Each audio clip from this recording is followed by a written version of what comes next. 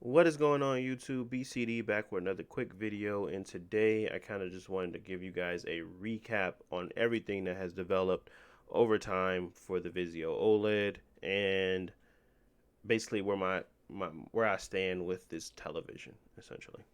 So I got a few questions that I kind of want to answer on this video to kind of bring everything together to kind of give you guys an understanding of what you must do and what you need to do to kind of have a good experience on this television. So one of the things I got recently was in discussion about how do you make your own, how do you change your settings when they lock them on the PlayStation 5 and the Xbox One or Xbox Series X. You basically have to create your own profile in the HDMI port that has no usage. So basically, you go find one that doesn't have a source in it. You make your own profile. You change the color. You change the tint. You change the sharpness or whatever you can change in there. Then you save that as a settings or a liking that you something that you like. Basically, you name it something, and you save those settings. And then when you go back to your main one, it's going to still showcase as some of your settings. So you can use it. You can use one as Xbox One X, and then you can use one as PS5. You can name it that so that when you go to it, you know exactly how you want your settings to work. Because unfortunately, as of now, when you plug in your PlayStation 5 or you plug in your Xbox Series X, the Vizio locks you out of a certain few picture settings that you can't adjust, which causes you to now have to figure out a workaround. And this is what that workaround is. I have made a video on it, showcasing that. So if that's something you want to look through as well, you can look at it. I don't necessarily give you step by step video, but basically, like I said, just make your own picture settings, create the profile, and then set it accordingly to that system. It shouldn't adjust back. It should stay exactly how you wanted it wherever you go. So even if it was to be in HDR, it would still make those settings override most of the settings that is there, and it still give you an HDR picture. So just keep that in mind as well. It won't switch you out of HDR if it even says, you know, just PS5. It won't go to non HDR. Another thing I get a lot is what's the model number of my television. I only own one Vizio, so the Quantum X, P, Q, M, whatever you want to call it. I don't own any of those televisions. Only one I own is the OLED Vizio. So that's the OLED 55H1. So that's the one I can talk to the best about. The rest of that stuff, I'm just looking up for you guys to try to figure out whether or not this stuff is getting updates or not. Um, Anything that has HDMI 2.1, you should be able to off rip tell that that's the one that's going to be getting these updates. That's the one you want to be using. If it doesn't have HDMI 2.1 support, then you don't have to worry about any updates. You more than likely just have 120 1080p, 120 1440p. But if you have a Vizio, they don't support 1440p, so more than likely you just got 1080p 120.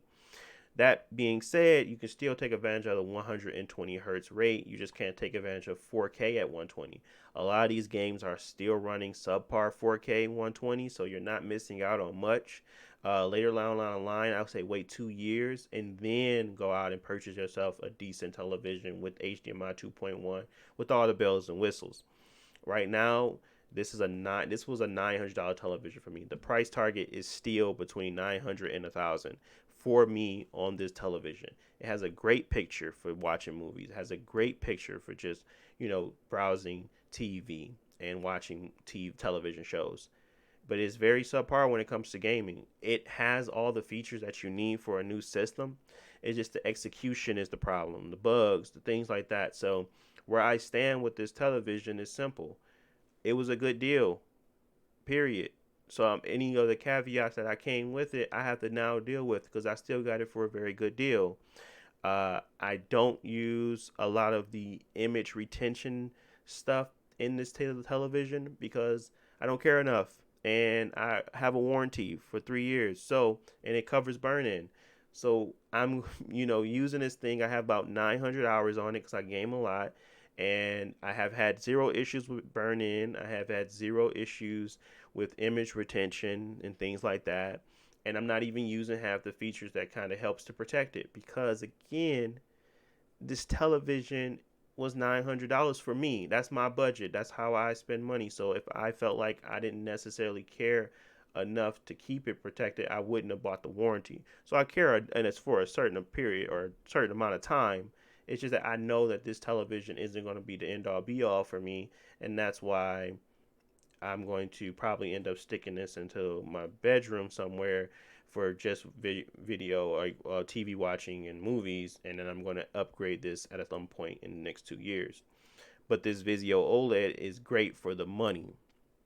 You're not going to find a better picture out there for this type of money, period. Most of the implementation for HDMI 2.1 is barely making it or busted. So it's not as if Vizio is in his own boat. A lot of companies are having a hard time with this. So it doesn't seem like the playing field is even that much of a difference. We have VRR, we have 4K 120, and we have auto low latency. We have the things that is necessary. We have the HDR10 support, Dolby Vision support, Dolby Atmos support. So it's there. It's just a lot of bugs, a lot of glitches, and the 4K 120 with VRR on is very problematic. So the biggest draw for these televisions is that they support 4K 120, but these televisions as well, the Vizio, and I'm speaking directly to, has an issue with actually running 4K, or has an issue running 120 hertz with VRR on. It doesn't have an issue with just running 120. VRR is variable refresh rate. Variable refresh rate is still broken. It works. You can see a picture now. It used to be just black, but it still has tearing. It still has these blackouts sometimes where the image is not showing. So it's not the perfect way to play a game, period. So I wouldn't recommend cutting it on. VRR at 60 hertz works really well, but that always has been the case. So you can always use VRR at 60 hertz. It's fine, but when you get past 60 hertz or 60 frames per second, that's where it breaks down. Dolby Vision, Dolby Atmos works perfectly fine. Sound sometimes gets lost when I'm switching between my PlayStation 5 and my Xbox Series X. Tip for you guys that's unplugging in and plugging it back in, you can reboot the TV from your settings menu. Just go to reboot TV, and that does the same thing that you're doing manually with a click of a button. And that allows, most of the time, clears up all of the situations or issues that you may be having. 4K 120 was fixed on the PS5, so you now don't have to go through a workaround. So pretty of those update videos that I created previously, you no longer need to do that. If you buy this TV outright right now, and with the updates that they have, you should be able to plug in your PlayStation 5, turn it on, and it should work. If it doesn't work, the most you have to do is go to the input picture settings and switch it from auto to picture mode, from auto to 2.1, and that should fix the problem. Or you can just do a hard reboot, like again, a reboot from the settings menu, not a factory reset, but a reboot of the television, and that should clear it up as well. That usually allows the handshake to go through properly. But outside of that, please let me know what other comments or things that you may guys wonder about in the comment section below.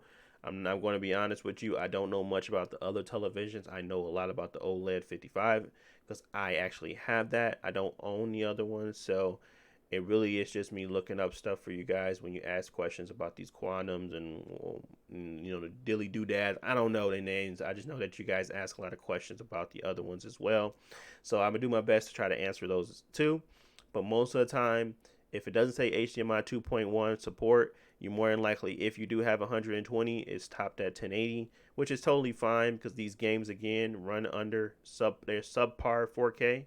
They're sometimes 1440, they're sometimes dynamic. Most of the times they're capped at 1080. So it's not that big of a deal. Vizio doesn't even support 1440p. So again, out the gate, VRR for PS5 is not even an option because PlayStation doesn't support it right now. But 4K 120 and 1080p 120, all that stuff works really well on this television. It doesn't have VRR messing it up, so it's a clear picture. When you do that with the Series X and you turn VRR on, that's where you get the image tear, you get all the screen tearing and things like that, so it's not a good look. But at least they have VRR capabilities as of now. You just want to turn them off because they don't work that well on this Vizio. The LG has better luck right now. The OLED, it has better luck. It's actually working. It has some, black infusion problems, but at least it works and you can actually get the benefit of having a smoother frame rate. But for this television, it's just tearing. So, yes, they fixed it. They got an update out there, but they fixed it to be able to be seen, but they didn't fix it to the pristine degree that you should be looking for. Um, because again, it's $900. At least that's what it was on sale. It's probably $1,200 again now. But my price target for this television again is $900 to $1,000. Don't pay no more for that. Because it's buggy, it's problematic. Great picture. You're gonna love it if you're just watching TV or just chilling at the home, watch some Netflix, whatever you're doing there. But if you're a true gamer, you're probably gonna want to steer clear from it for now, unless that fits your target budget and you want that pristine look. Because 4K 60 works perfectly. 4K 120 works perfectly without VRR, but you're depending on the companies to make sure that stays at the solid 120 and it doesn't give you an issue. Even if it drops to 90, 100, you're not going to be able to tell because you were still busy. You still remember playing at 30 frames. So it's not that big of a deal not to have VRR, but I want to have it at some point. So I'm going to go buy another TV that's going to be able to support it and do it right. Well, maybe 2 or 3 years from now, I'm definitely going to upgrade my monitor. Before then, I'm probably going to be looking for HDMI 2.1 version to kind of take advantage of everything with HDR and all that stuff with the monitor. But if not, I'm going to be waiting for 4K 120 beautiful television OLED down the line. But that's pretty much it. I just want to give you guys an update.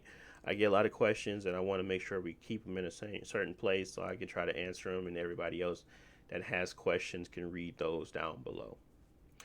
But always, thank you guys for watching and listening, and I will talk to you guys in the next video. Peace.